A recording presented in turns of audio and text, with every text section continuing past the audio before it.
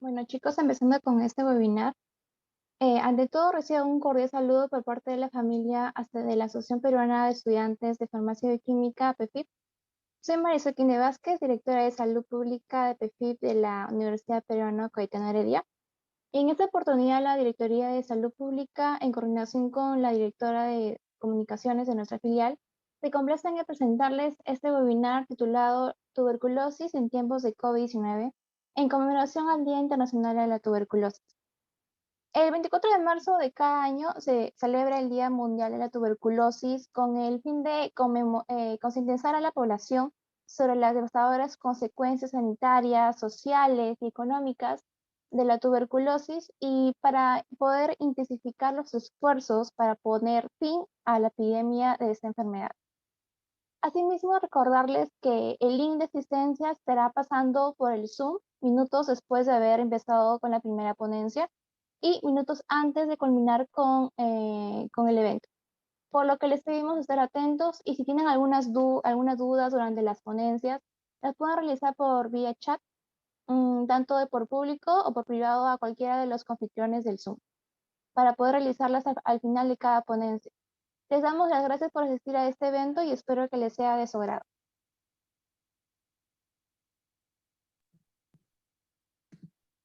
Buenas noches, soy Ruth Argumedo, integrante del Comité de Salud Pública PEFIP-UPC.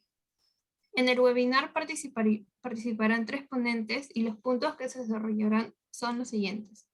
Introducción a la tuberculosis, tratamiento, algunos casos clínicos durante la pandemia e investigación en el campo de tuberculosis.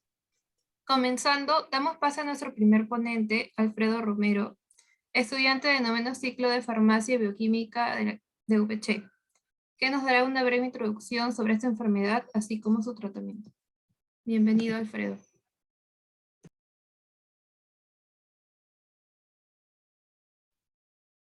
Gracias. Buenas noches con todos. Yo soy Alfredo Romero, estudiante de Farmacia y Bioquímica de 9º ciclo. En este caso, hoy les voy a presentar un poco acerca de la tuberculosis y qué medicamentos se utilizan para su tratamiento. Dentro de ello, vamos a ver un poco lo que es la definición de tuberculosis, cómo se transmite, la patogénesis, los tipos de infección, síntomas, datos y estadísticas, factores de riesgo, diagnóstico, tratamiento y prevención. Vamos a comenzar con qué es la tuberculosis. La tuberculosis es una enfermedad infecciosa causada por Mycobacterium tuberculosis.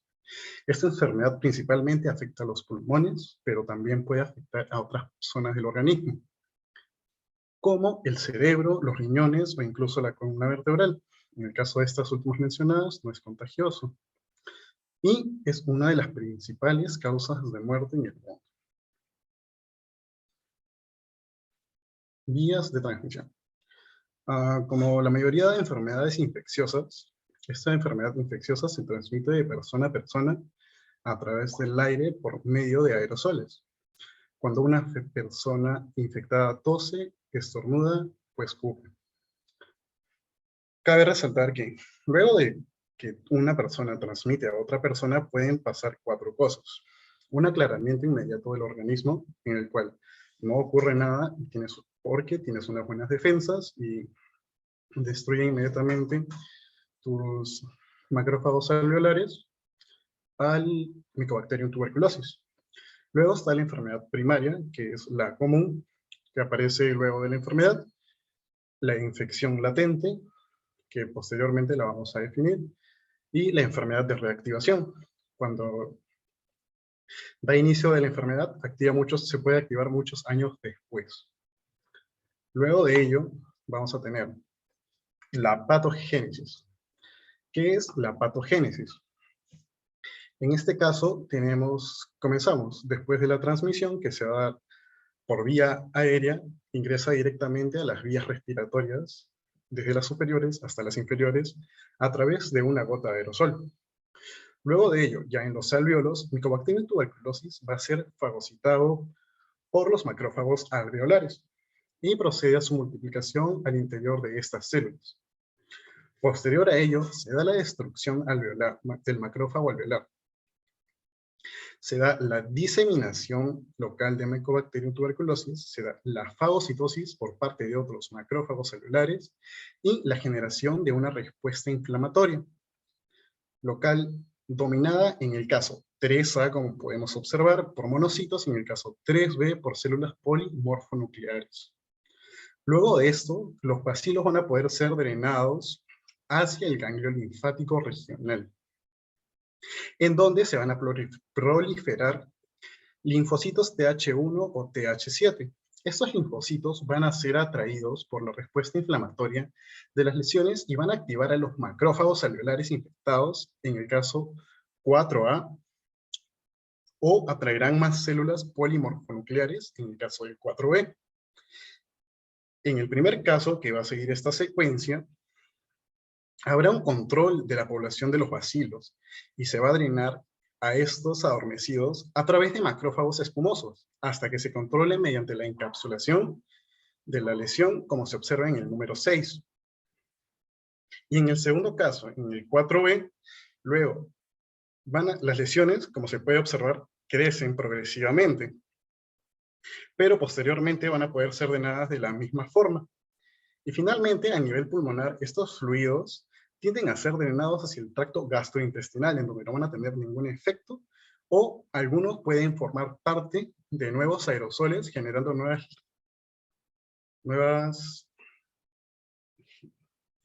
lesiones y repitiendo todo este ciclo.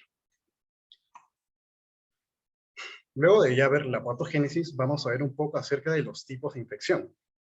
En el primer caso tenemos la infección latente. En este caso no va a tener ningún síntoma, el paciente no se va a sentir mal, no se puede transmitir las bacterias de la tuberculosis a los demás. Esto hay que tener en cuenta, ya que muchas personas en el mundo tienen este tipo de infección. Por lo general, se tiene una reacción positiva en la prueba cutánea de la tuberculina o un resultado positivo en el examen de sangre para detectar tuberculosis, debido a la cantidad que podría estar en sangre.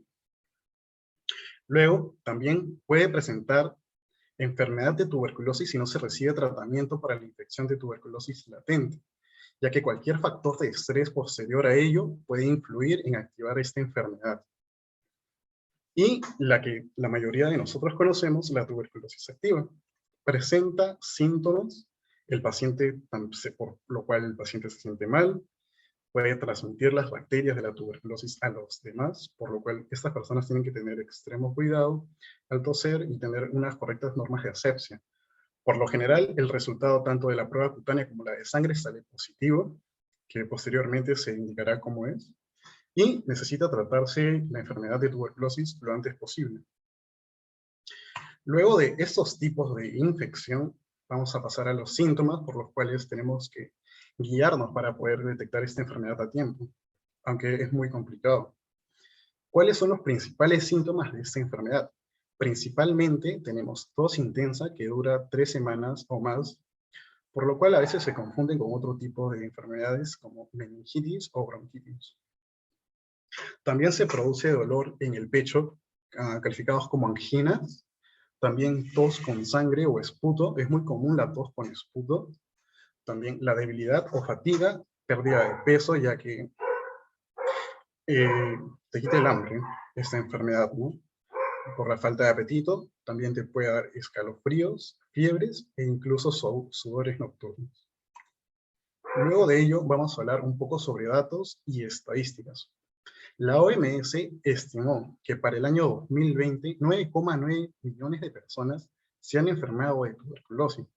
Dentro de las personas que pueden haberse activado previo a tener enfermedad latente, personas que se contagian nuevamente, entre otras.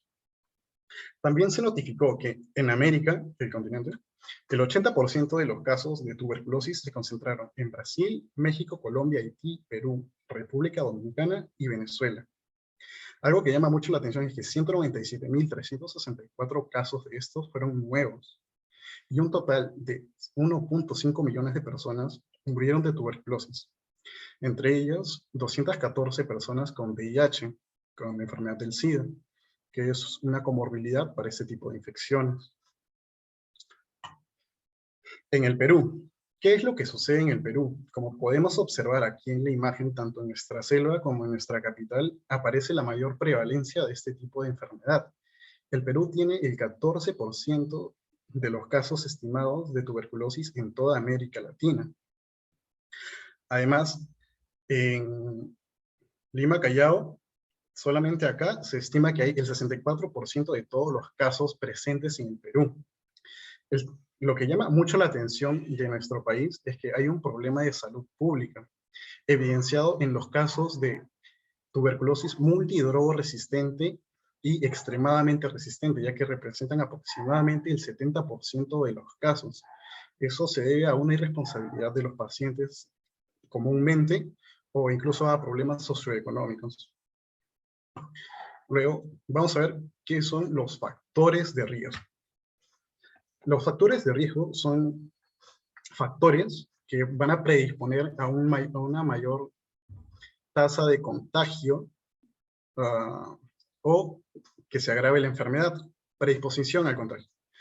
Entonces, el trastorno por el consumo de alcohol y el tabaquismo aumentan el riesgo de contraer tuberculosis en un factor de 3.6 y 1.6 respectivamente en comparación a personas que están completamente saludables.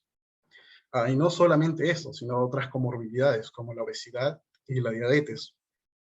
Tan solo en el 2020, 0.74 millones de los nuevos casos de tuberculosis en todo el mundo fueron atribuibles al trastorno por consumo de alcohol y al tabaquismo. En el caso del alcohol, se produce ya que el alcohol genera una alteración en la regulación inmune, la cual conlleva a una inmunodeficiencia, estado que hace que el Mycobacterium tuberculosis se reproduzca más rápido en el cuerpo, o que le permita reproducirse en el cuerpo, posiblemente por alteración en el equilibrio de las citoquinas del organismo. Y el tabaco afecta de por sí, ya que predispone a enfermedades como cáncer de laringe, cáncer de pulmón, bronquitis crónica, tos y expectoraciones. Síntomas mencionados, algunos de los síntomas mencionados previamente de esta enfermedad propia, ¿no? Luego de ello, tenemos factores de riesgo. En el caso, no, disculpan, estos son la tuberculosis asociada a SIDA y a COVID-19.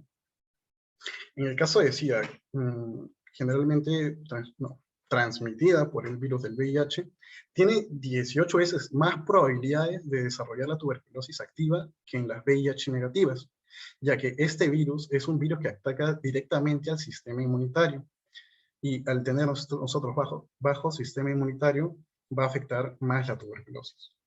Y en el caso de COVID-19, las personas con SARS-CoV-2, que produce el COVID-19, van a aumentar el riesgo de progresión de la infección latente a enfermedad activa. Es un factor de riesgo. Luego, ¿por qué el COVID-19? ¿No? Porque afecta principalmente a vías respiratorias y en algunos casos desencadena neumonía viral en personas con comorbilidades. Luego, vamos a pasar a la parte de diagnóstico.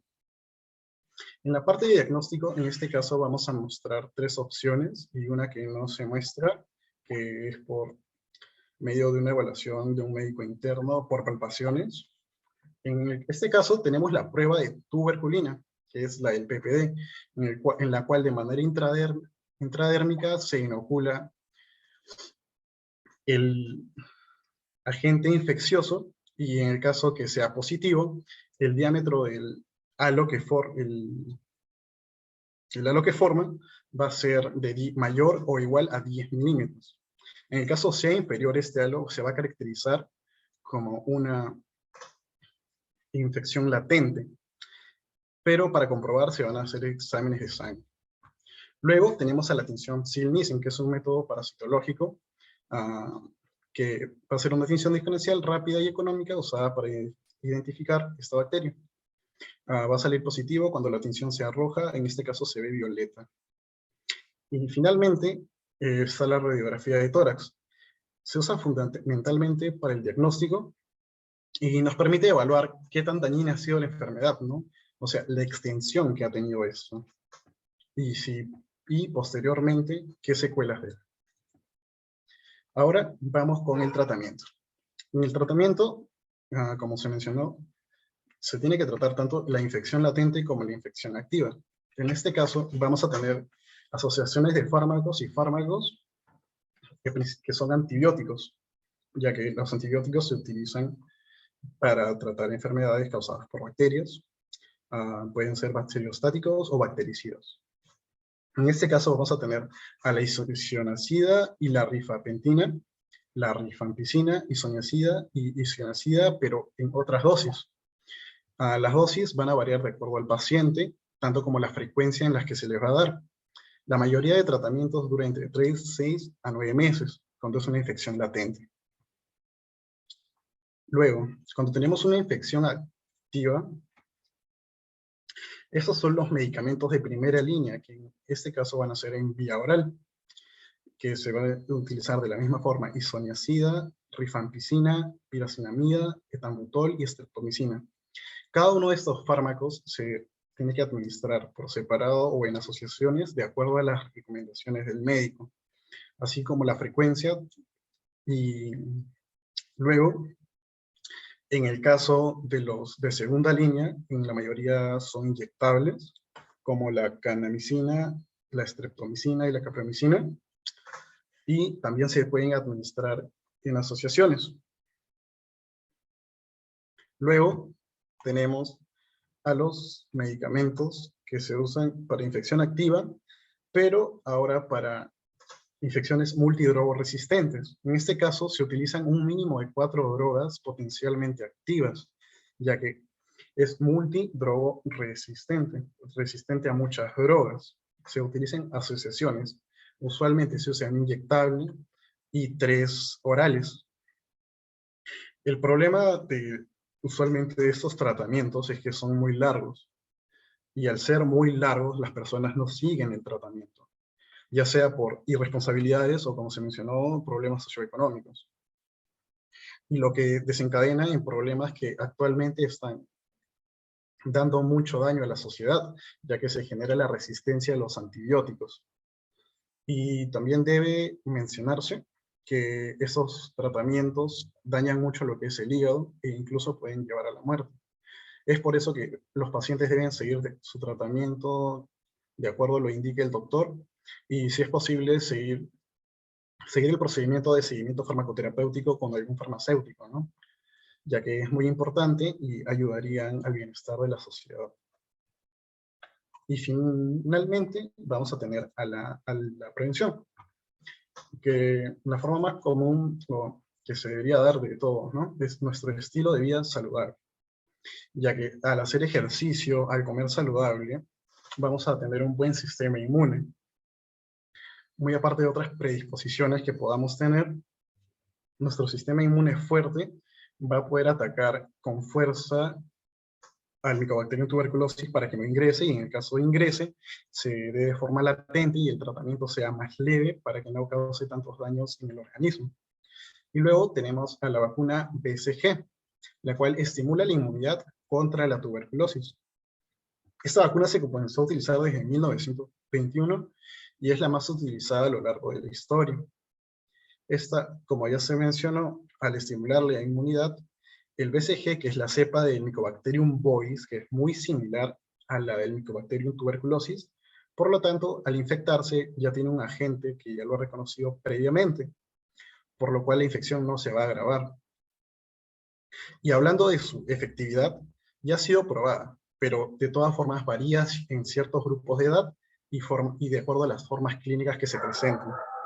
En este caso, va a tener mayor eficiencia cuando se le pone a los recién nacidos y va a bajar doble eficiencia conforme van pasando los años. Bueno, eso ha sido todo. Muchas gracias.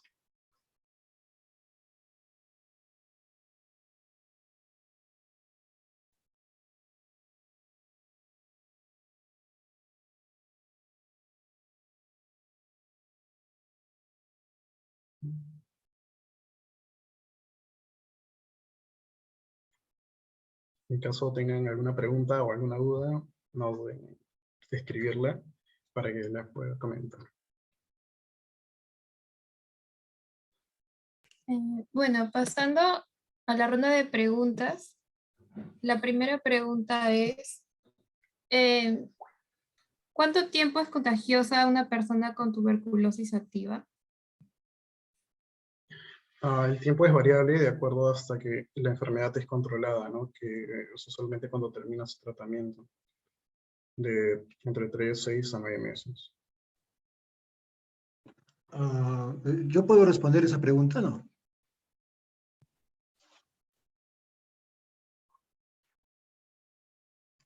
Sí, doctor. Sí, A ver. Mira, cuando tú comienzas el tratamiento con el esquema único, con isoniazida, rifampicina, etambutol y piracinamida, el tratamiento en sí al inicio se puede medir de diferentes maneras, ¿no? La medida más usual es que le busques una baciloscopía negativa. O sea, recuerda que el paciente probablemente ha sido BK positivo, ¿no? Que ya tiene TB, perfecto. El cultivo, pues saldrá en 2 meses. Pero comienzas el tratamiento con el esquema único, bien llevado, que es casi todos los días, un tratamiento bien fregado, y más o menos yo creo que 3 semanas es un tiempo aproximado, luego del cual ya no contagia, ¿no? Entonces eso tienes que educar a la familia también y decirles, toma bien su tratamiento, pero doctor, él tiene TB. O sea, a veces eso pasa en el personal incluso, ¿no? No, o sea, tiene que tomarle placa y viene con el equipo portátil a su cuarto. Hay un equipo portátil de rayos X. No, no puedo tomarle porque es TB. Entonces así te dicen, ¿no? De frente, no, yo no voy a entrar a ese cuarto. Ya. Mira, hay que explicarle al tecnólogo, ¿no? Mira, este paciente ya está tomando 4 semanas de tratamiento anti-TB. Este paciente no contagia a nadie. Es imposible que contagie, está tomándolo bien. ¿Ya? Ya ha negativizado el BCG, olvídate. Ahora, ¿por qué sigo tomando 6 meses el tratamiento? Porque hay bastante posibilidad de que haga resistencia, ¿no es cierto? Entonces, si bien es cierto, ya no contagia luego de 3 semanas, ¿ya? El paciente, si es que corta el tratamiento, va a comenzar a ser resistente. Entonces, eso es el resto del tratamiento, ¿no? Ya no es bactericida después de las 3 semanas. Recuerda que después de 2 meses ya bajas al programa ya es interdiario, ¿no? 2 veces por semana en realidad, perdón. Pero ya no es bactericida, porque la bacteria ya fue. Lo que estás buscando es evitar que se genere la resistencia, ¿ya? Más o menos esa es la respuesta. La respuesta es 3 semanas.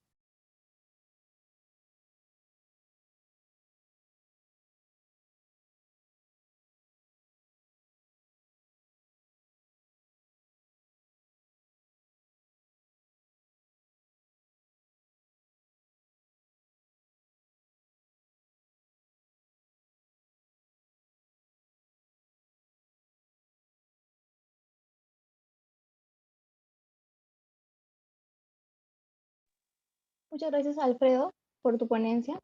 Muchas gracias también, doctor, por responder nuestras consultas. A continuación, les vamos a presentar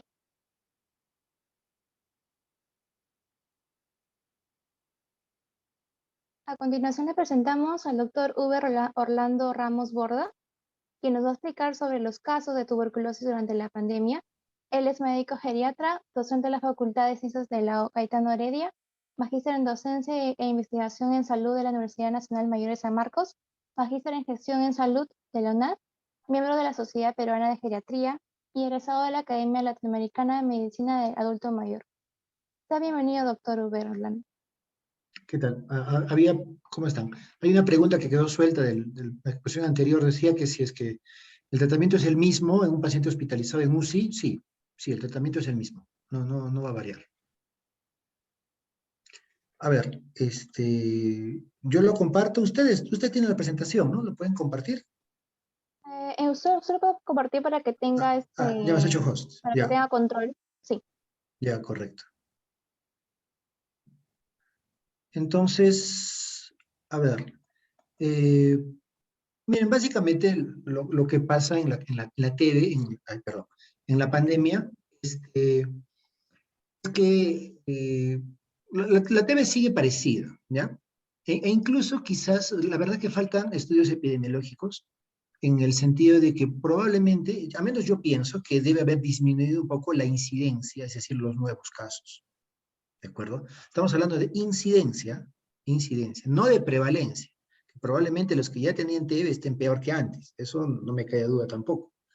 Pero en los nuevos diagnósticos, bueno, por diferentes motivos, porque primero que nadie quiere ir al hospital porque piensa que se va a morir si va al hospital, pero sí, es que todos ya usamos mascarilla, ¿no? Ahí comienza por eso. Si todas las personas usan mascarilla, pues entonces es menos probable que haya mucha más TB, ¿no? En el ambiente en general. ¿Por qué? Porque la gente se contagiaba. Por ejemplo, ¿no? En Lima Norte se hizo un estudio donde se veía que la gente se contagiaba más en la combi que en el bus, ¿de acuerdo? Probablemente porque el bus es más ventilado, más grande, ¿no? Así, qué país medio apretado y todo. En la combi también, pues, ¿no? Es más cerrado. Entonces, pero como todo el mundo está pues con mascarilla más o menos bien usada, eso debe haber generado que haya menos incidencia, probablemente, ¿ya? Se sabrá seguramente cuando se haga un estudio epidemiológico bien hecho.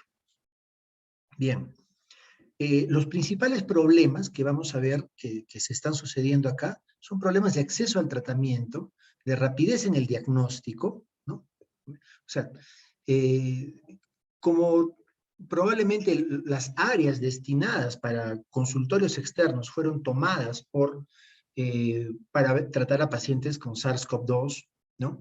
Diferentes institutos, instituciones que podían... o sea, lo que pasa es que la TB se controlaba, se trataba de forma ambulatoria, ¿no? Un paciente con TB no está hospitalizado, salvo casos muy especiales, muy explícitos, los pacientes con TB son pacientes ambulatorios.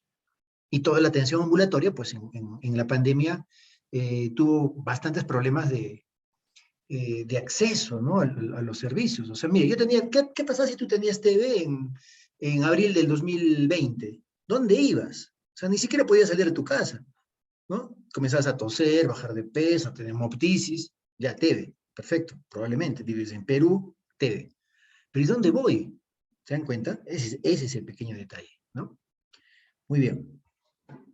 El principal problema primerito es que los servicios de salud estaban colapsados, no había posibilidades de atención. Y el segundo punto es que el Perú es un país donde la atención de la TB, el tratamiento de la TB, tiene ciertas experiencias exitosas, ¿de acuerdo?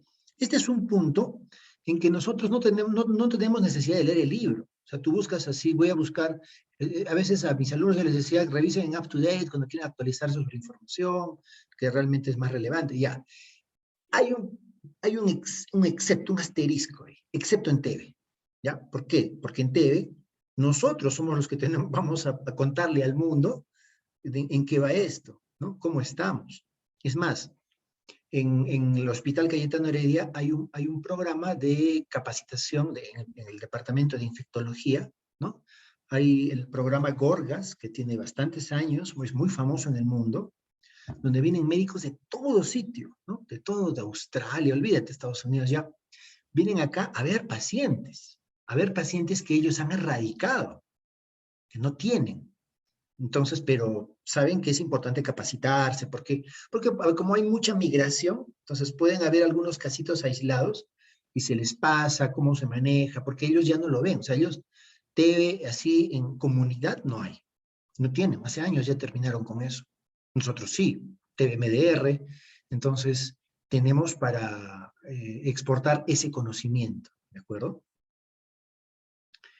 Y es decir, las grandes publicaciones de tuberculosis, muchas de ellas están hechas en nuestro país. ¿Ya? Y, a ver, un pacientito, varón de 74 años, que comenzó a bajar de peso, ¿ya? Tenía un cuadro de diarrea crónica, no está bien claro por qué tuvo. La baja de peso puede ser cualquier cosa. Yo les voy orientando. Miren, cuando yo tengo un paciente mayor que baja de peso, ese paciente tiene o diabetes, ¿no? O sea, no se ha dado cuenta, pero tiene diabetes, o tiene TB, ¿ya? O tiene cáncer. Doctor, pero no podrá hacer, ya sé, puede hacer otra cosa, por supuesto, pero descártame primero esas tres. Hazle una glucosita, ¿no?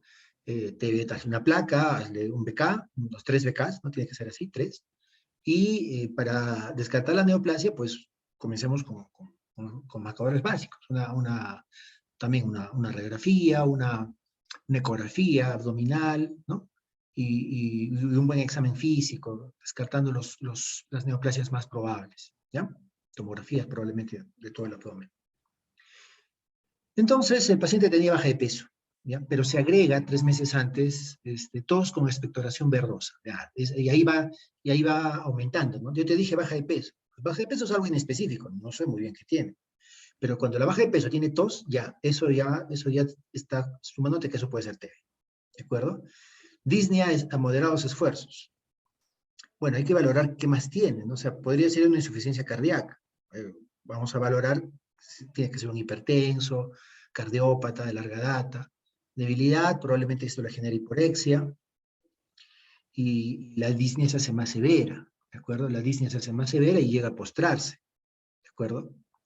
Y el flujo urinario comienza a empeorar. O sea, la disminución del flujo urinario es porque no está alimentándose bien. Te deshidratas, ya no orinas, ¿no? El estado general aumentó. Entonces, ya con esto, o sea, el paciente está cansado, imagínate, ¿no? Ya respira rápido, tose, no aparece hemoptisis.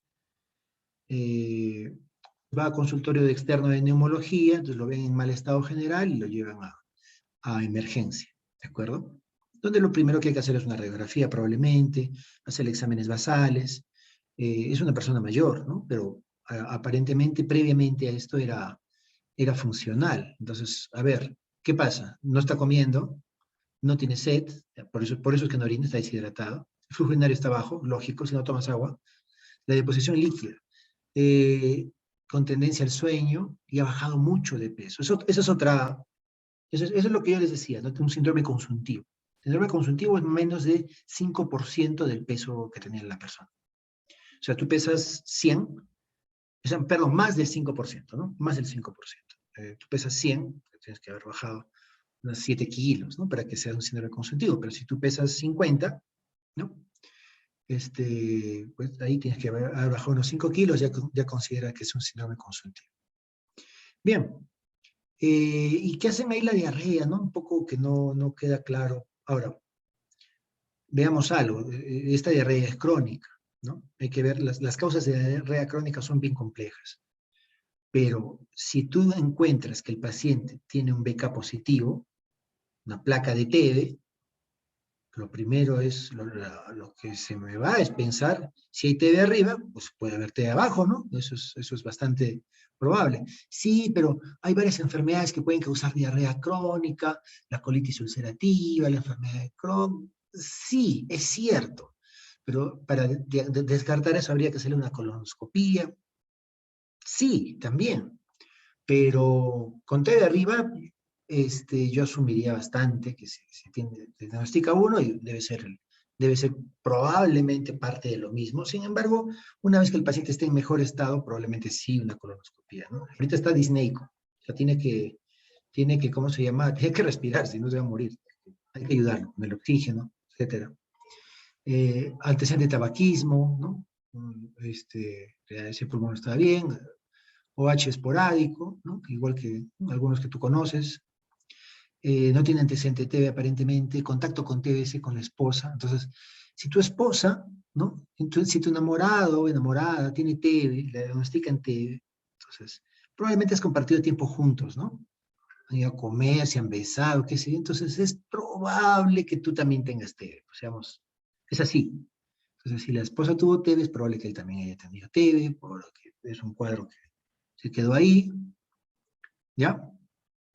O sea, probablemente él no se hizo el diagnóstico positivo, no se trató, nunca fue el BK positivo, pero ahí está.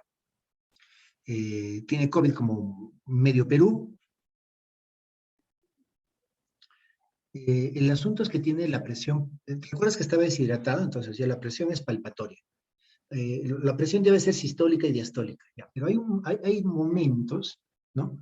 En que está muy baja la presión, no se siente la presión. Te le pones el tensiómetro y ya no usas el estetoscopio, a veces usas solamente los 2 deditos y le pones así en la arteria, acá en el pliegue, y comienzas a escuchar o a sentir en el momento, bajas, ¿no? Bajas, lo pones en 150, 140, vamos bajando, 100, nada. 70, 80, ¿no? 90, 80 y 70, comienza a latir. Entonces, comienzas a sentir el pulso, ¿no? De la arteria humeral en este caso. Pero entonces, lo que describes es 70 palpatoria, ¿ya? Ya no hay sistólica y diastólica, es 70 palpatoria. Y eso es muy bajo. Eso es muy bajo, el paciente está súper deshidratado. Lo primero es hidratarlo, y hay que tener cuidado porque está disneico. Cuidado que sea una insuficiencia cardíaca y hay que hacer una placa, ¿no? Hay que hacer una placa a ver ante qué estamos, ¿ya? Respira rápido, el corazón está rápido, satura bajo, hay que ponerle un poco de oxígeno. Le tomas una glucosa que es facilísimo en el dedo, está normal, bueno, ahí está normal para no ser alguien que esté en ayunas. Glucen en mal estado general, está un poco pálido. Leptosómico que está muy delgado, ¿no? Flaco. El murmullo vesicular pasa ahí más o menos, pero hay crépitos, ¿no? En las bases, pues es difícil especificar una neumonía. Sí, pero recuerda que este cuadro es muy largo, ¿no? Claro, la neumonía tiene crépitos. La neumonía debería comenzar con un cuadro de fiebre súbito, ¿no? Pero este paciente ha estado mal, ha bajado 22 kilos en el último año, y pues eso no es una neumonía, ¿de acuerdo? Los ruidos cardíacos un poco taquicárdicos, como estás viendo, está un poco somnoliento, ¿no? Cuando está así, podemos decir que es Glasgow 14. Glasgow es una escala para medir el nivel de conciencia de la persona. Lo normal es que sean 15. Nosotros debemos ser 15. 14, ya que está con tendencia al sueño, está un poco más bajo. Colabora el examen, no está focalizado, no tiene déficit motor. Y le toman esta placa, pues acá hay TB, ¿no? Esto tiene toda mira, pues mira, no es simétrico, ¿te das cuenta? No es simétrico. Este es su corazoncito, acá hay parénquima, ¿no? O sea, lo que tú buscas es que se dibuje trama, ¿ya? Sino que acá arriba, acá ya no hay trama, ¿no? Acá, por ejemplo, sí se llegan a ver un poco de trama bronquiolvolar. Acá también este es un bronquio, está abriéndose. Es complicado, ver esto es... Lo primero que yo te diría es que, mira, date cuenta que no es simétrico, ¿ya? Date cuenta que no es simétrico, eso ya es un punto, ¿no? Acá hay algo que no hay acá. Entonces, y otra cosa, la TB se localiza más frecuentemente en ápices, ¿ya? Más frecuentemente en ápices. Eso es importante. Eso está con una casi insuficiencia respiratoria, ¿no? Está saturado 82, 88, ¿no? Sí, eso es insuficiencia respiratoria. Seguramente acá está en 92, que ya le han puesto un poco de oxígeno. Y ahora, ¿qué hacemos, no? Hay que tomarle una prueba de BK, ¿de acuerdo? Hay que tomarle una prueba de BK, que en el caso de nuestro paciente, creo que la tercera vez fue que salió positivo, ¿ya? A veces no sale, pues. ¿Por qué? Porque a veces yo te digo a ti, mueve una muestra, no sé si han dado alguna vez una muestra de BK, ¿no? Y el resultado a veces te informa saliva. El paciente entiende que debe escupir, y eso no es, ¿no? Tienes que sacarse, tiene que haber un número de células. La saliva no suele tener muchas células.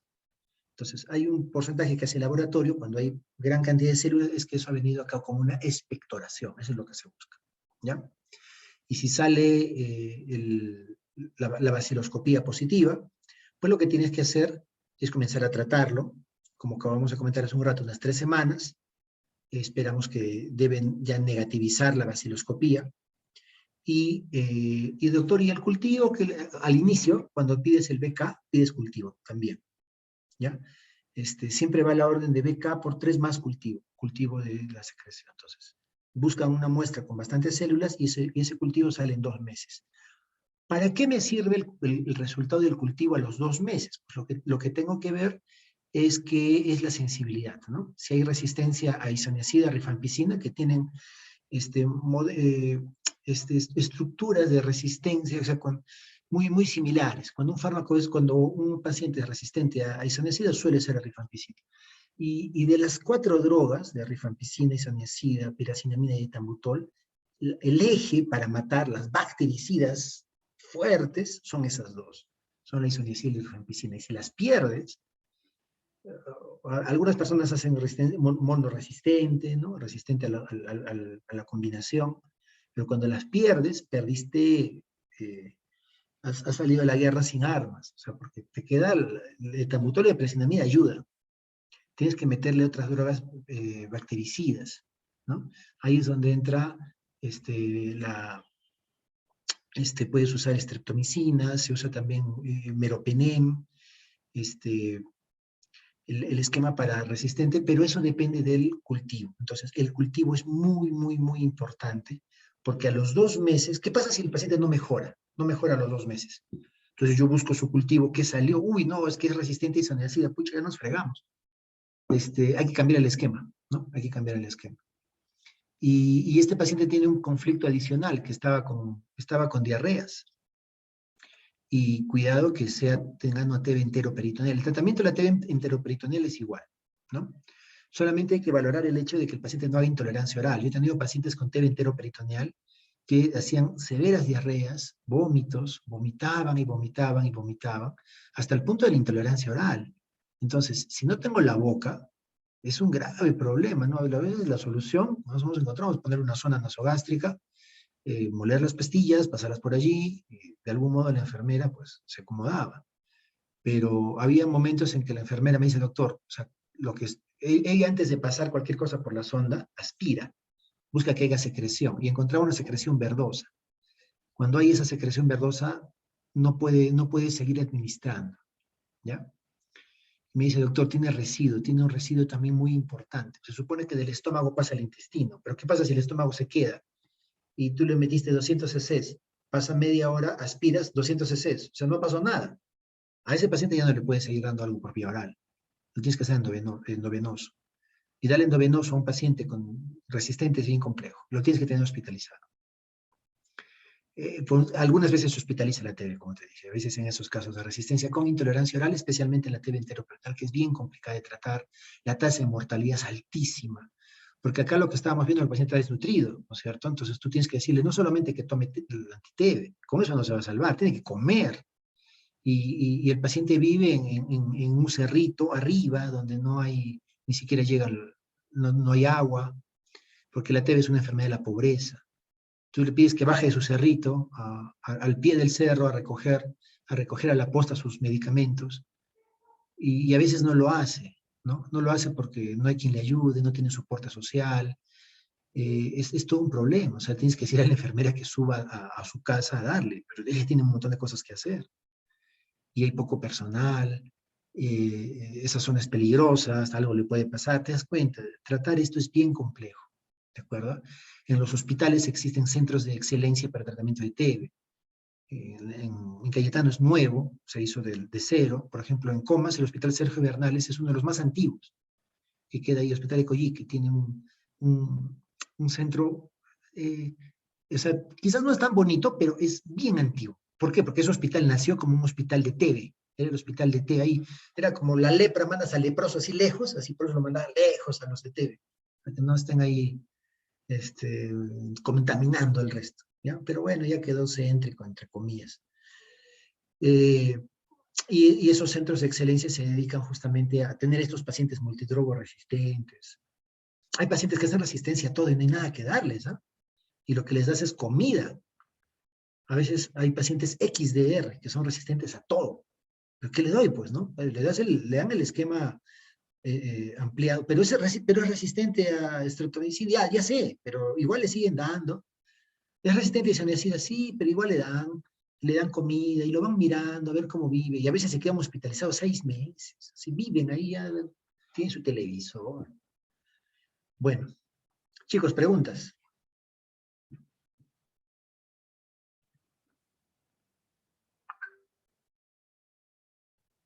Sí, muchas gracias, doctor, por su ponencia.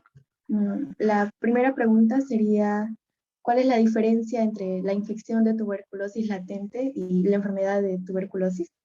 Claro, que el paciente presente síntomas, ¿no? Porque claro, o sea, tú puedes encontrar esta imagen, ¿no? Esta imagen y el paciente no tiene síntomas, ¿no? Entonces, hay que valorar, ¿no? Baja de peso, tos, otisis. Este paciente tiene un síndrome consultivo bien severo, ¿no? Recuerda, por ejemplo, que este paciente, su esposa tuvo TB, entonces probablemente ahí es una infección latente, ¿no? Una primoinfección. Por ejemplo, yo, cuando entré a trabajar al hospital, me hice mi tuberculina y salí cero, nada, así limpio, 0 kilómetros. Pasaron 2 meses en el hospital, tenía una tuberculina grandota, creció como 2 centímetros. Yo me había expuesto a la TB, ¿no? Me había expuesto y hice una primoinfección, por ahí formó mi granduloma por ahí cerradito. La siguiente pregunta es si existe algún tratamiento específico en caso de que un paciente con VIH adquiera tuberculosis. Existen varias publicaciones en el sentido de que los pacientes con VIH, o sea, el tratamiento básicamente es igual, ¿ya? Es igual. Pero existe gran prevalencia de resistencia en la población con VIH. Esa es verdad. Hay gran cantidad de resistencia a la isoniazida y hay que darles, o sea, si bien en todo paciente en Lima, en el Perú, yo sospecho, más que nada en Lima, ¿ya? Yo sospecharía que puede ser resistente, por eso el cultivo es tan importante. O sea, se ha diseñado algunos tipos de cultivo rápido, ¿ya? Porque el C-Nielsen, todo esto son en la placa Petri, ahí comienzan a cultivarlo y demora en crecer, pues es un tipo de bacteria de lento crecimiento, pero hay cultivos más rápidos que se hacen en líquido, así como un caldo, y estos cultivos rápidos pueden darte, pero solo te sirve para isoniazida, pero ya es bastante información. Y eso se puede salir en una semana, ¿listo? Hay cultivos rápidos que nos pueden ayudar a sospechar resistencia. Y en Cayetano fue uno de los centros pioneros donde se validaron estos cultivos rápidos. ¿En quién? En población VIH. Justo. Si tenías TB y tenías VIH, entrabas al protocolo para cultivo rápido, ¿ya? Cultivo líquido, que salía en una semana. Si en una semana tú ya sabías si era resistente o no a isoniazida. Pero doctor, eso debería ayudar a todos. Era un estudio, pero, o sea, no puedes darlo a la población general. Pero, ¿por qué lo hacía en VIH? Porque en ellos hay gran cantidad de resistencia. ¿De acuerdo? Más que en la población en general, por supuesto.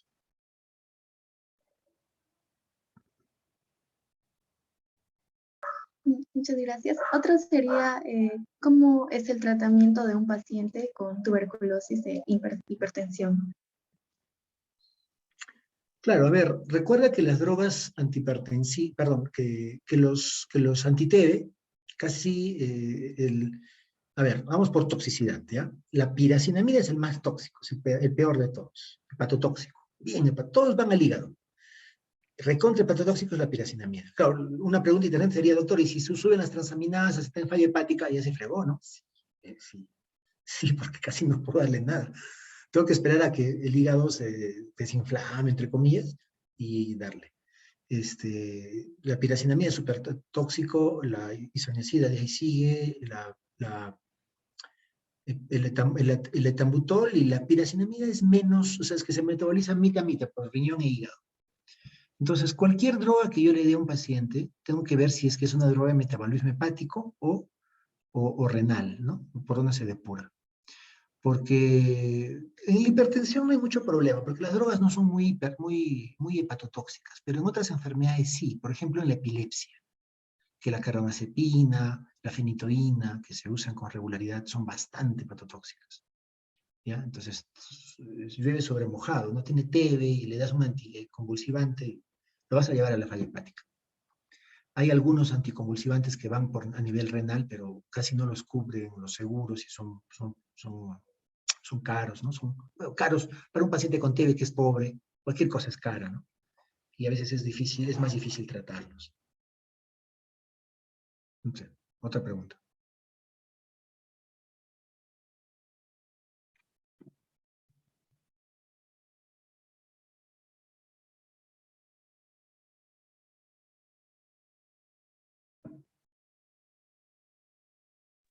Bueno, no sé si los participantes tienen alguna otra pregunta.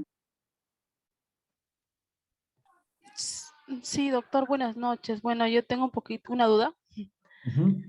Sí, con respecto, digamos, a un paciente que tenga un problema de cirrosis hepática,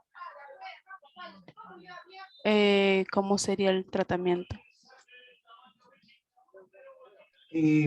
Habría que valorar, o sea, habría que valorar el grado en que está, ¿no? Si el grado que está, si está en un estadio final, si en un estadio avanzado, perdón, ¿no? Del cuadro hepatotóxico no le puedo dar. O sea, mira, no le puedo dar piracinamida, jamás le puedo dar piracinamida.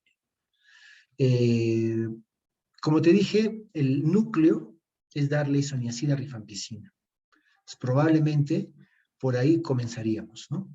Con isoniazida rifampicina, y ahí valoraría darle Tamputol o no, ¿no? Podría ser, se podría utilizar alguna droga del segundo esquema, porque ahí también está el quinolonas, ¿no? El levofloxacino se puede utilizar. Probablemente, es que la verdad, que ese paciente va a ir mal, probablemente, porque también no es que la isoniazida y la rifampicina no dañan el hígado, ¿no? Probablemente va a ir mal. Y si es que veo yo que se aumentan las transaminasas con la isoniazida, ya no tiene tratamiento. Y lo mata la cirrosis o lo mata la TD, pero su pronóstico de vida es bien corto. No va a vivir más de un año ese paciente. Se va a morir.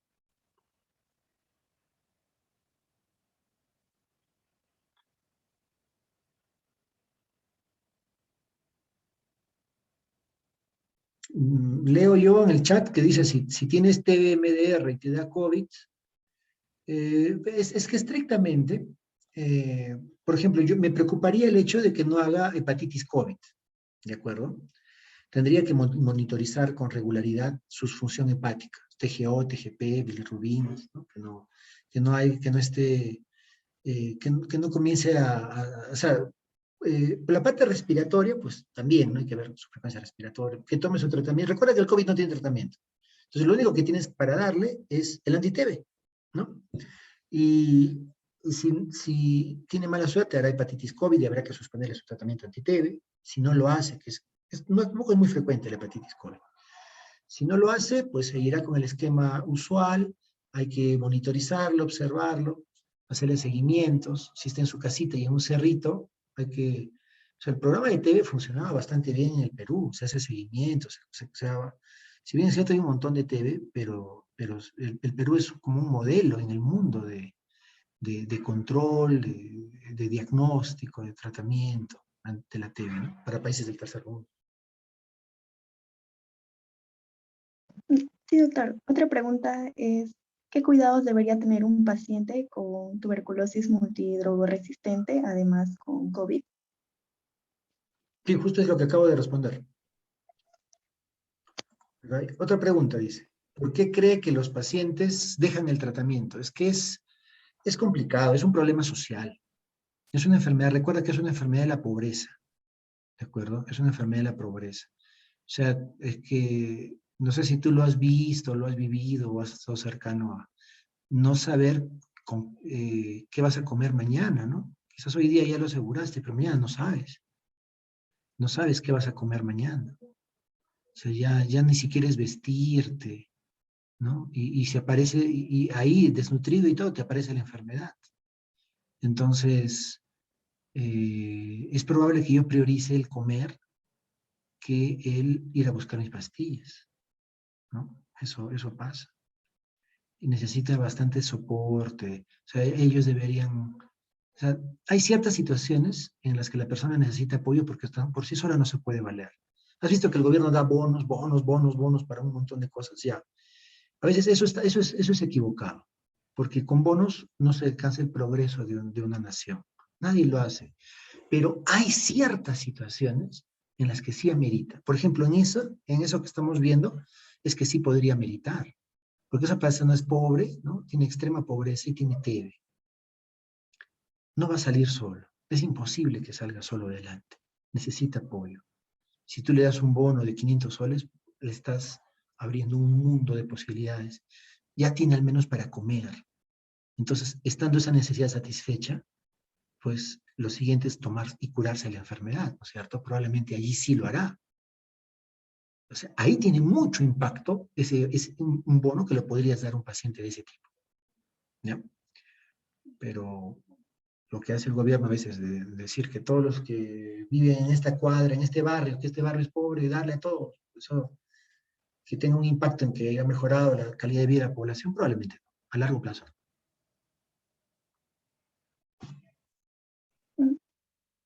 Doctor, la última pregunta sería, ¿por qué los esquemas de TBC son tan estandarizados con relación a otros tratamientos? Es que eso es prueba y error, como te digo. Antes hacía cada uno lo que quería. Ya hacían un montón de cosas. No, yo soy del niño y en el niño tratamos de otro modo. ¿No? No, es que yo soy del seguro, en el seguro tenemos otro protocolo. Y así, era un complejo. Entonces, más o menos se decidió hacer lo más sensato, que era que todos reciban isoniazida y rifampicina. Eso no puede variar, eso no varía en el mundo. ¿Ya?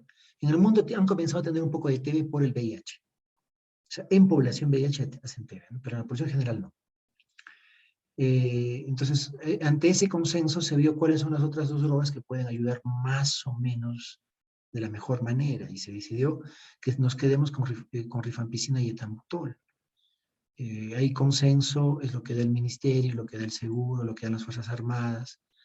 No es absoluto, ¿no? Puede variar, hay mucha resistencia a isoniazida, pero es un intento de homogenizar algo que era un poco caótico, que cada uno hacía lo que quiera. Es bueno que suceda eso.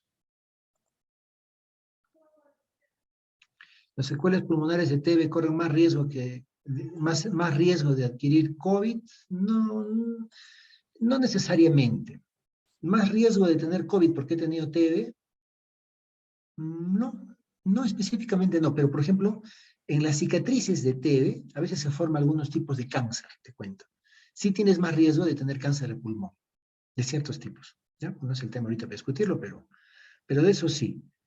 Pero, o sea, quizás yo te podría decir que hay más COVID entre los TB que entre los no TB. Sí, porque recuerda que el COVID afecta a que la TB afecta a los que viven en un cerrito, hacinamiento, extrema pobreza. Entonces tú le dices que use mascarilla, distanciamiento, o sea, no lo va a hacer.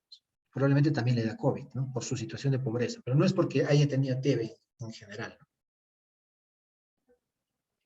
¿Cómo saber qué tan avanzada está la enfermedad y más aún si se contrae COVID, ¿no? O sea, se hace lo que estás viendo, un examen, una placa, una tomografía, probablemente también se necesite, un AGA, ver si hay compromiso hepático, si está en otros órganos, hacerle una colonoscopía al paciente, si sospecha de TB enteroperitoneal, y más o menos ahí llegamos a estadiar en qué estadio está el paciente. La parte nutricional es muy importante, hay que ver cómo está su albúmina.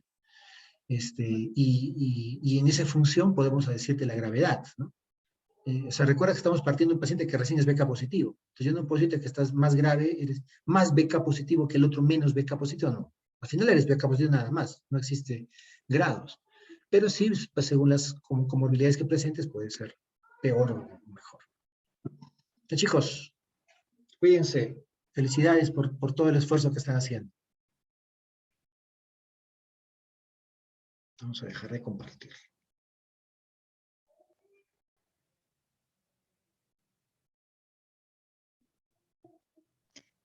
Sí, doctor, muchas gracias por su ponencia. Nos vemos. Chao.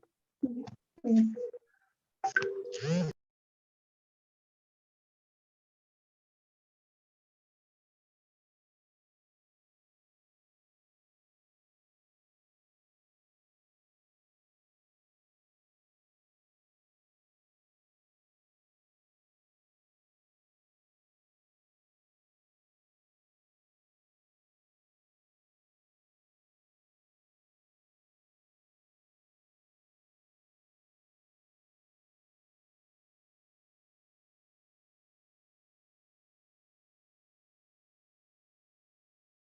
Bueno, quedó una pregunta pendiente para el primer ponente sobre si se podría explicar un poco más sobre la atención Nielsen como diagnóstico para la tuberculosis. Ya, sí, en este caso tenemos a la atención Nielsen.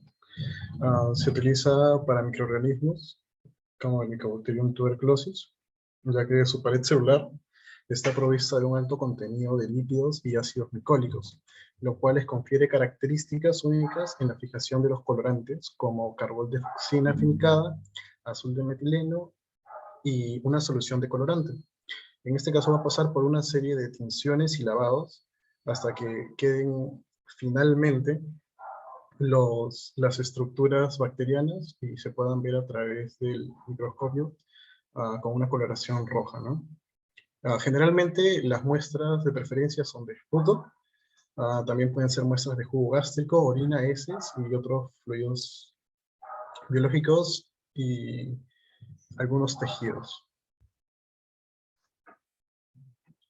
Usualmente se hace un frotis para poder tener la muestra, ¿no? Gracias.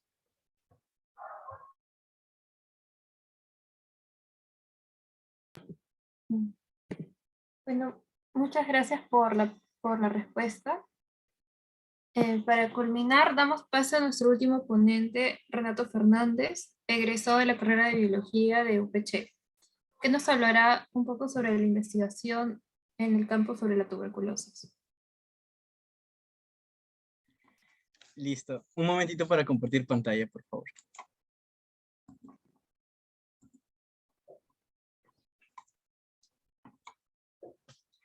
Listo. Empezamos.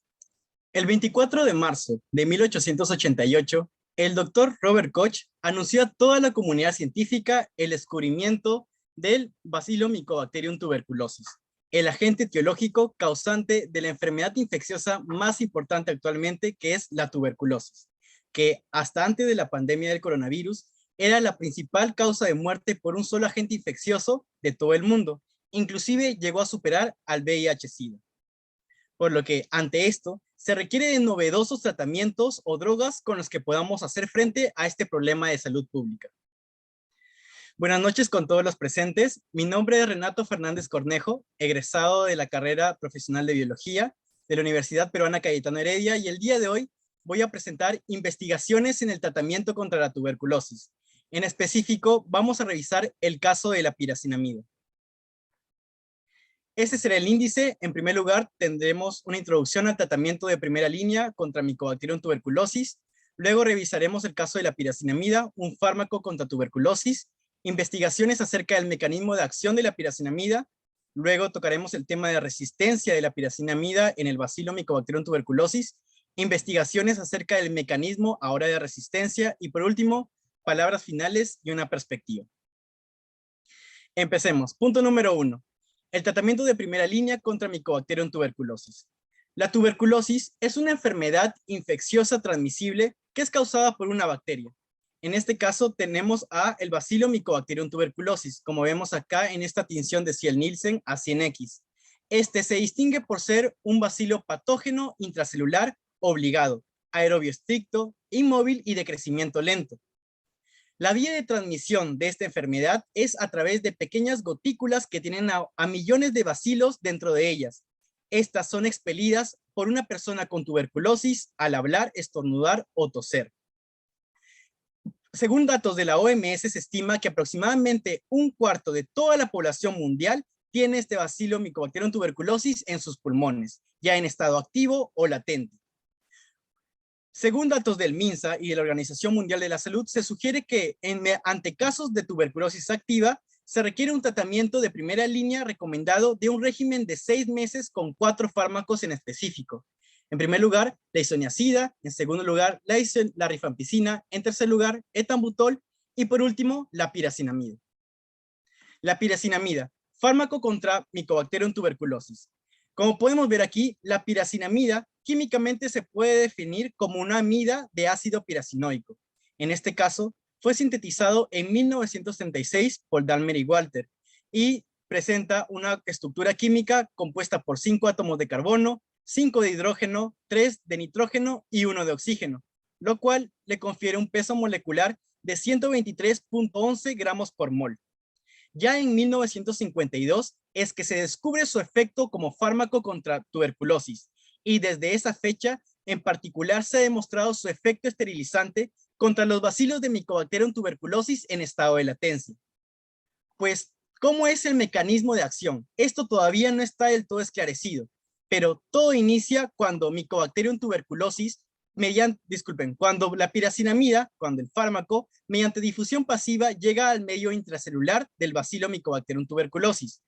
La piracinamida, al ser una prodroga, tiene que convertirse o requiere de una transformación química para convertirse en un compuesto farmacológicamente activo. Esta es la función de la enzima piracinamidasa. Esta enzima es codificada por el gen PNSA. Esta es la encargada de hidrolizar la piracinamida y convertirla en ácido piracinoico o en su abreviatura POA. Luego, POA o ácido piracinoico es exportado al medio extracelular a través de un mecanismo aún desconocido. Ya en el medio extracelular y debido al pH ácido de este es protonado y de esta forma protonada nuevamente vuelve a reingresar al medio intracelular. Y ya adentro se vuelve a disociar el protón y se regenera el ácido piracinoico o POA. El mecanismo exacto de acción de la droga activa, es decir, el ácido piracinoico, aún es desconocido. Sin embargo, toda la comunidad científica tiene 4 propuestas. En primer lugar, se propone que POA actúa como un protonóforo, es decir, un translocador de protones a través de la bicapa lipídica, por lo cual generaría una acidificación del citoplasma y una disrupción del potencial de acción de la membrana. En segundo lugar, se propone que POA inhibe la enzima ácido graso sintasa 1 y provocaría, por ende, una inhibición de la síntesis de ácidos grasos utilizados en la producción de lípidos de membrana y además de ácidos micólicos, que es una suma característica de las micobacterias. En tercer lugar, tenemos que POA se une a la proteína ribosomal S1 o en su abreviatura RPCA e inhibe el proceso de transtransducción. La unión de POA a esta proteína de la subunidad ribosomal 30S inhibe todo este proceso de transtransducción. Y por último, se sabe o se propone que POA bloquea la síntesis de coenzima A mediante la degradación de la enzima L-aspartato descarboxilasa. Sin embargo, como mencioné, actualmente aún sigue siendo desconocido el mecanismo de acción exacto de esta droga, la piracinamida. Investigación acerca del mecanismo de acción de la piracinamida. Ante esto, y con el objetivo de aportar en el esclarecimiento de este mecanismo de acción, he propuesto este trabajo de investigación, titulado Efecto de la piracinamida sobre la ruta biosintética de coenzima A en Mycobacterium tuberculosis. Esta se basa en la última propuesta de mecanismo de acción, la que dice que POA, es decir, la droga activa, estaría bloqueando la ruta biosintética de coenzima A mediante la estimulación de la degradación de la enzima PAN-D por la proteasa caseínolítica CLPC1-CLPP. Lo cual quiere decir que se propone que POA, la droga activa, se une a esta enzima PAN-D. Luego se desenlaza un mecanismo molecular por el cual PAN-D exhibe una porción en su extremo amino terminal de 13 aminoácidos. Estos es reconocido por la proteasa caseínolítica CLPC1-CLP que promueve justamente la degradación de esta enzima. Y si esta enzima es crucial para toda la ruta biosintética de coenzima A, por ende, su degradación promueve la obstrucción de toda esta vía y su efecto esterilizante. Con respecto a esto, se han llevado a cabo diversos estudios. Uno de ellos verificó el efecto de POA en Mycobacterium bovis BCG y tuvo estos resultados. Como podemos ver, se señala aquí la ruta biosintética de coenzima A. El producto es esta coenzima A, y tenemos todos los intermediarios metabólicos.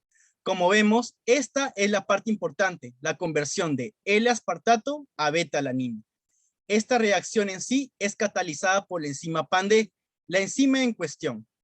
Lo que pasa es que cuando esta es tratado con concentraciones crecientes de POA o ácido piracinoico, como podemos ver en los gráficos, se evidencia una reducción en todos los metabolitos posteriores a la reacción catalizada por esta enzima, lo cual apoya esta propuesta. Sin embargo, hay que recalcar que este estudio se llevó a cabo con POA, con ácido piracinoico, y en Mycobacterium bovis BCG, un modelo pero no idéntico a Mycobacterium tuberculosis. Además, tenemos que tener en cuenta el medio in vivo en el cual los bacilos están. Dentro de los pulmones, los bacilos están presentes en granulomas sólidos, los cuales se distinguen que son estructuras inmunológicas que son originadas por la estimulación antigénica de los antígenos propios de la bacteria, de Mycobacterium tuberculosis. Dentro de estos granulomas, dentro de estas estructuras, los bacilos están expuestos a condiciones de estrés, tales como pH ácido, inanición, hipoxia, especies reactivas de oxígeno, etc. Esto lo que provoca son condiciones de estrés en las cuales están expuestos los bacilos. A su vez, también se sugiere que este microambiente de los bacilos puede afectar la función de la piracinamida, de esta droga importante. Entonces, se distingue que la piracinamida ejerce su efecto bactericida solamente cuando se provocan estas condiciones de estrés, por lo cual se resalta que las condiciones de estrés son clave para que la piracinamida pueda ejercer su efecto bactericida. Teniendo en cuenta la importancia del estrés en el mecanismo de acción de la piracinamida, en el año 2021, Anthony et al. Propuso la siguiente hipótesis: que los factores estresantes conduzcan un cambio fenotípico dentro de la bacteria, lo que quiere decir que el target de POA, bajo condiciones normales, como podemos ver aquí, tal vez no logran ser esenciales para la supervivencia de Mycobacterium tuberculosis, por lo cual, si POA inhibe la función de este target, entonces no causaría ningún efecto a la bacteria, mientras que bajo condiciones de estrés, este target, el target de POA, sí resultaría ser esencial para la supervivencia de Mycobacterium tuberculosis, por lo cual, dentro de estas condiciones, la piracinamida sí podría ejercer su actividad bactericida. Es por esto que este estudio que he propuesto plantea realizar un análisis metabolómico para evaluar el efecto de la piracinamida en todos los intermediarios metabólicos de la ruta biosintética de coenzima A en Mycobacterium tuberculosis, sometida a los principales factores de estrés relacionados con el estado de latencia. Estos son pH ácido, inanición e hipoxia. La pregunta de investigación a resolver sería: ¿cuál será el efecto de la piracinamida sobre los intermediarios metabólicos de la ruta biosintética de coenzima A en Mycobacterium tuberculosis bajo condiciones de estrés? De esta forma, se aportaría a todo el conocimiento del mecanismo de acción de la piracinamida la condición que aporta los factores de estrés, tales como pH ácido, inanición e hipoxia. En específico, este proyecto fue planteado para obtener el grado de bachiller. Luego tenemos este segundo punto, que es la resistencia a la piracinamida en Mycobacterium tuberculosis. Se distingue en todo el mundo clínico que existen algunas cepas que poseen mecanismos de defensa, mecanismos de resistencia, por lo cual pueden resistir algunas bacterias de Mycobacterium tuberculosis al efecto de la droga, de la piracinamida. Y esto pues causa una gran alarma en toda la comunidad científica, ya que nos estamos quedando sin armas para combatir esta dura enfermedad. En específico, se sugiere que la tasa de prevalencia de la resistencia de la piracinamida en aislados clínicos de Mycobacterium tuberculosis es del 16.2%, lo cual ocasiona que el tratamiento contra la tuberculosis sea aún más desafiante y más costoso. Ahora, ¿cómo empezaría todo esto? Pues teniendo en cuenta el mecanismo de acción explicado anteriormente, pues se dice que el 90% de todos los aislados clínicos resistentes a la piracinamida en Mycobacterium tuberculosis tienen una mutación dentro del gen PNCA o también dentro de su promotor, por lo cual, si es que no se puede hidrolizar la piracinamida y si es que no se va a poder formar la droga activa, que es el ácido piracinoico, por ende, la piracinamida no podría tener su efecto bactericida y la bacteria Mycobacterium tuberculosis sería resistente a esta droga. Asimismo, se han reportado distintas mutaciones en otros genes, como son el gen RPCA, que codifica la proteína ribosomal S1, el gen PAND, que codifica la enzima L-aspartato descarboxilasa, y la proteasa caseinolítica CLPC1. Es por esto que aún existe un vacío de información, que es que aún no existe una propuesta que pueda unificar todas estas observaciones, por lo cual el mecanismo exacto de resistencia a la piracinamida en Mycobacterium tuberculosis aún sigue siendo desconocido. Ante esto, proponemos una investigación acerca del mecanismo de resistencia a la piracinamida, la cual se titula Efecto de la piracinamida en el transcriptoma de una cepa clínica de Mycobacterium tuberculosis resistente a la piracinamida. En específico, estamos haciendo uso de una cepa clínica. Xing et al. La reportó Esta es la cepa clínica código CSB 10399. Como podemos ver aquí en este cuadro comparativo, presenta algunas características importantes en cuanto a sus parámetros cinéticos. Teniendo en cuenta que la enzima piracinamidasa cumple la función de hidrolizar la piracinamida en su droga activa, entonces, mientras que una cepa referencial, es decir, control de Mycobacterium tuberculosis, presenta una actividad enzimática alta, aquí tenemos una cepa clínica que es resistente a la piracinamida y se ha detectado que tiene una mutación presente en toda la enzima piracinamidasa. A pesar de que tenga esta mutación, exhibe y presenta actividad enzimática de piracinamidasa, lo cual no concuerda, ya que si tenemos dentro de una cepa bacteriana actividad enzimática y por ende conversión de piracinamida a POA, se esperaría que sea sensible, pero tenemos esta cepa clínica resistente CSB 10399 que a pesar de que tiene una mutación en esta enzima y también que puede presentar enzima piracinamidasa, es una cepa clínica resistente a la piracinamida. En este caso, por lo cual, todas estas observaciones sugieren la existencia de un mecanismo de resistencia independientemente de la mutación dentro del gen PNCA, que explica el fenotipo de resistencia de esta bacteria. Y también, teniendo en cuenta la metodología de transcriptómica, es decir, nosotros sabemos que todas las células, tanto procariotas como eucariotas, tienen un genoma, ADN, el cual es transcrito a moléculas de ARN mensajero. En sí, el transcriptoma es el conjunto de moléculas de ARN mensajero producidas por una célula en un determinado momento y bajo condiciones específicas. De esta forma, investigando y analizando el transcriptoma de Mycobacterium tuberculosis, nos va a permitir identificar expresión diferencial de genes que puede hacer en respuesta a diferentes condiciones o estímulos, como el efecto de la piracinamida. Es por eso que este estudio, que forma parte de mi tesis de licenciatura, pretende evaluar el efecto de la piracinamida en el transcriptoma de una cepa clínica de Mycobacterium tuberculosis, resistente a la piracinamida, la cepa anteriormente especificada CSB 10399. De tal manera que se identifiquen genes con expresión diferencial, los cuales podrían estar relacionados a un mecanismo transcripcional de resistencia a la piracinamida en Mycobacterium tuberculosis. Y la pregunta de investigación a resolver, pues sería, ¿cuál es el efecto de la piracinamida en el transcriptoma de una cepa clínica de Mycobacterium tuberculosis resistente a la piracinamida? En específico, este último proyecto que, como especifiqué, forma parte de mi tesis de licenciatura, el cual vengo desarrollando, está siendo llevado a cabo en el Laboratorio de Bioinformática y Biología Molecular, dentro de los laboratorios de investigación y desarrollo de la Universidad Peruana Cayetano Heredia, el cual está dirigido por el doctor Mirko Simic y la doctora Patricia Shinkortabarrillo. Palabras finales y perspectiva. En este caso, creo que nosotros, cada uno de los presentes, es consciente de todas las consecuencias que nos ha traído la pandemia. Según el último Global Tuberculosis Report del año 2021, nos presentan esta gráfica, en la cual tenemos en el eje de las X el año del 2016 al 2020, y en el eje de las Y tenemos las notificaciones por año en cuanto a millones de personas que han sido diagnosticadas con Mycobacterium tuberculosis y que presentan la enfermedad tuberculosis.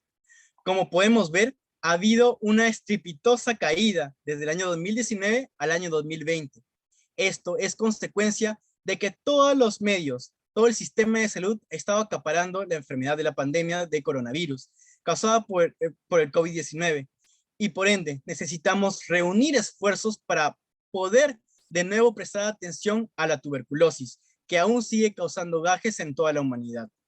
No solo eso, sino que también se tienen que apoyar tanto instituciones particulares como universidades, centros de investigación o el gobierno regional, como el MINSA, y también algunos promotores de salud, enfermeras o en todas las postas de salud en las cuales se puedan realizar metodologías de diagnóstico para poder detectar tuberculosis. Tenemos que tener en cuenta que la salud es de todos y no solo de una, y que todos aportamos para poder poner por fin a la tuberculosis. Muchas gracias.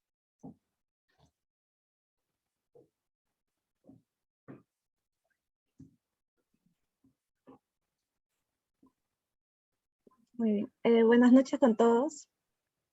Soy Alondra Olaya, integrante del Comité de Salud Pública, y comenzaremos con la ronda de preguntas. La primera pregunta es, ¿en dónde actúa la piracinamida? Como expliqué anteriormente, la piracinamida es una prodroga. Al ser una prodroga necesita que se lleve a cabo una conversión química para que pueda convertirse en un compuesto farmacológicamente activo. La piracinamida ingresa dentro del bacilo Mycobacterium tuberculosis y mediante la enzima piracinamidasa, esta es quien la hidroliza en la droga activa, en POA o ácido piracinoico, y es la droga activa que puede exhibir el mecanismo de acción, que puede estar en cualquiera de estas 4 propuestas, por lo cual aún se requiere investigación para poder esclarecer aún mejor cuál sería el mecanismo de acción exacto de POA, la droga activa ácido piracinoico.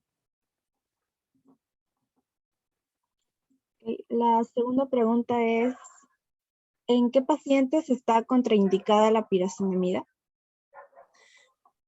Sucede algo curioso con la piracinamida.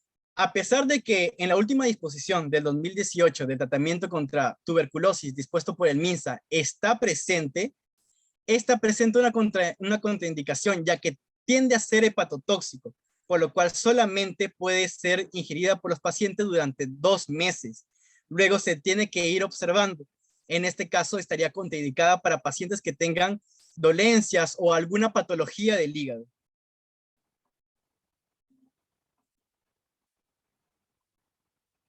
Muy bien. Chicos, ¿tienen alguna otra pregunta? ¿O ya sería todo? Pueden decirle por audio, sino también por mensaje público privado.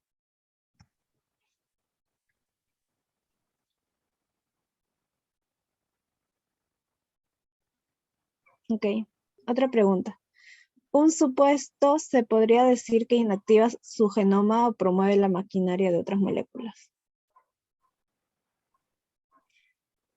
Un supuesto se podría decir que inactiva su genoma o promueve la maquinaria de otras moléculas.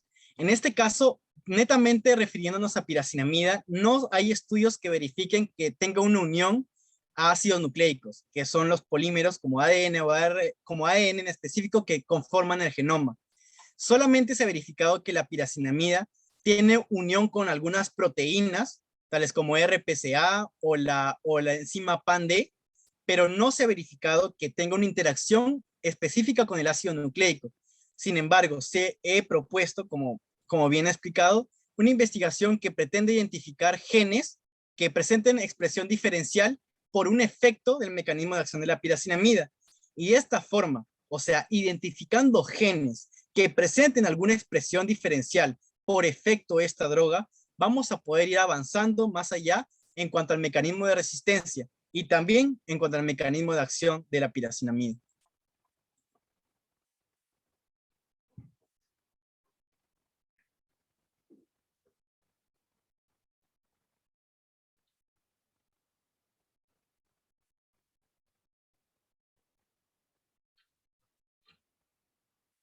Muy bien, muchas gracias por su ponencia. Ruth, ¿puedes continuar? Me parece que ya no hay más preguntas.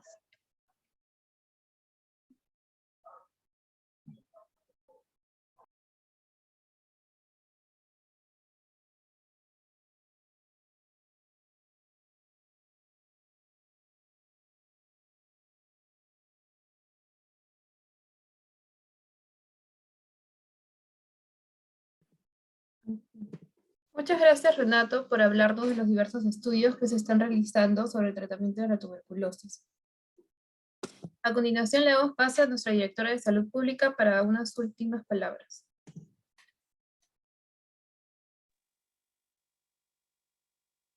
Bueno chicos, eso ha sido por todo en este webinar. En sí lo que queríamos enfocarnos es presentar una perspectiva general sobre el tema de la tuberculosis, primero dando una introducción sobre el tema, luego explicando sobre los casos clínicos y cómo se ha tratado en el tiempo de COVID-19 y sobre los nuevos estudios que se están realizando según en base a su tratamiento. Y a continuación, espero que sea de su agrado y le presentamos nuestros links en los cuales ustedes nos pueden seguir para estar atentos a diversos eventos que vamos realizando como filial, tanto de nuestra filial de la Cayetano Heredia o tanto de la filial nacional de APFIP. En esos links podrían seguirnos y estar más atentos sobre los eventos que vamos a realizar en los siguientes meses.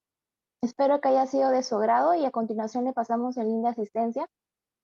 Y por favor pongan sus nombres y apellidos completos para poder tener sus datos para la entrega del certificado que será mandado a sus correos durante las siguientes semanas.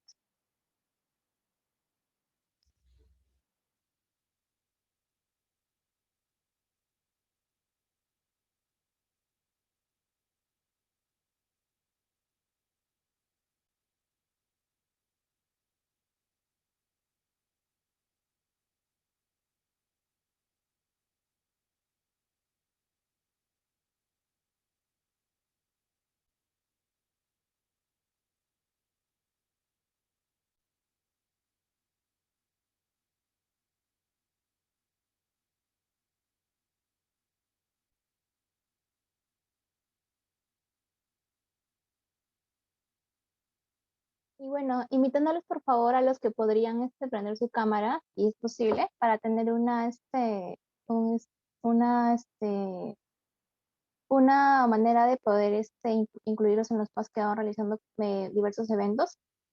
Y también los invito a los del Comité de Salud Pública, por favor. Gracias.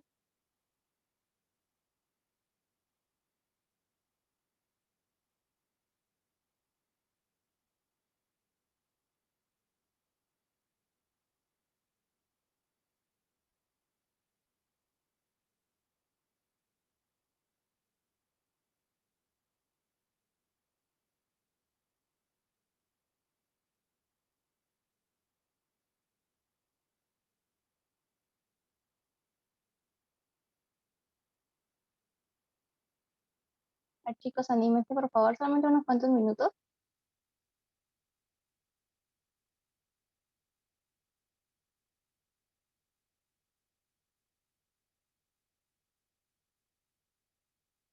Para que se animen unos cuantos más para realizar la foto respectiva.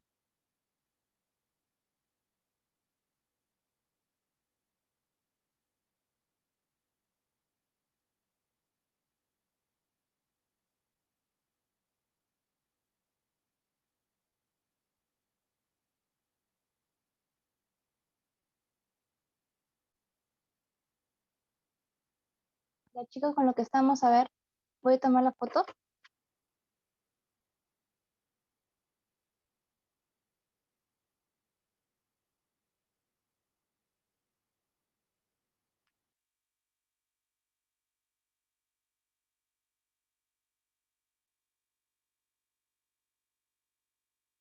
A ver, un momento.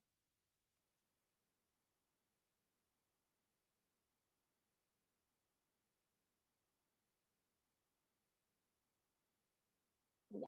Listo, chicos, muchas gracias por haber participado de este gran evento y también a los ponentes, muchas gracias por su tiempo y espero que les haya sido de su agrado.